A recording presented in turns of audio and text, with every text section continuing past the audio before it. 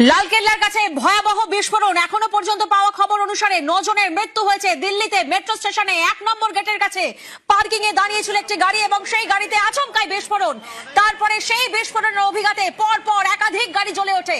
এলাকা জুড়ে চরম আতঙ্ক। যে ছবি আপনারা দেখছিলেন, বিস্ফোরণের অভিঘাত কতটা তা কার্যত এই ছবি দেখে স্পষ্ট। ঠিক লালকেল্লা মেট্রোর 1 নম্বর গেটের পার্কিং এ দাঁড়িয়ে থাকা এক গাড়িতে বিস্ফোরণ ঘটে ঠিক সন্ধ্যে 6:55 দ্রুত আগুন ছড়িয়ে পড়ে পার্কিং এ থাকা আরো কয়েকটি গাড়িতে এবং বিস্ফোরণের কারণ কি তা এখনো নিশ্চিত হয়নি।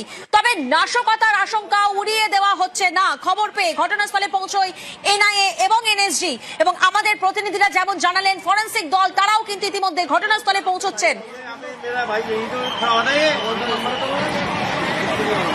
বিস্ফোরণের পিছনে কোনো নাশকতা রয়েছে কিনা তা নিয়ে এখনো পর্যন্ত দিল্লি পুলিশের তরফ থেকে কিছু জানানো হয়নি। তবে গোটা রাজধানী জুড়েই সতর্কতামূলক ব্যবস্থা হিসেবে লাল সংকেত জারি করা হয়েছে। লালকেল্লার কাছে বিস্ফোরণের খবর ছড়িয়ে পড়তেই আতঙ্কিত হয়ে পড়েছেন রাজধানীবাসী।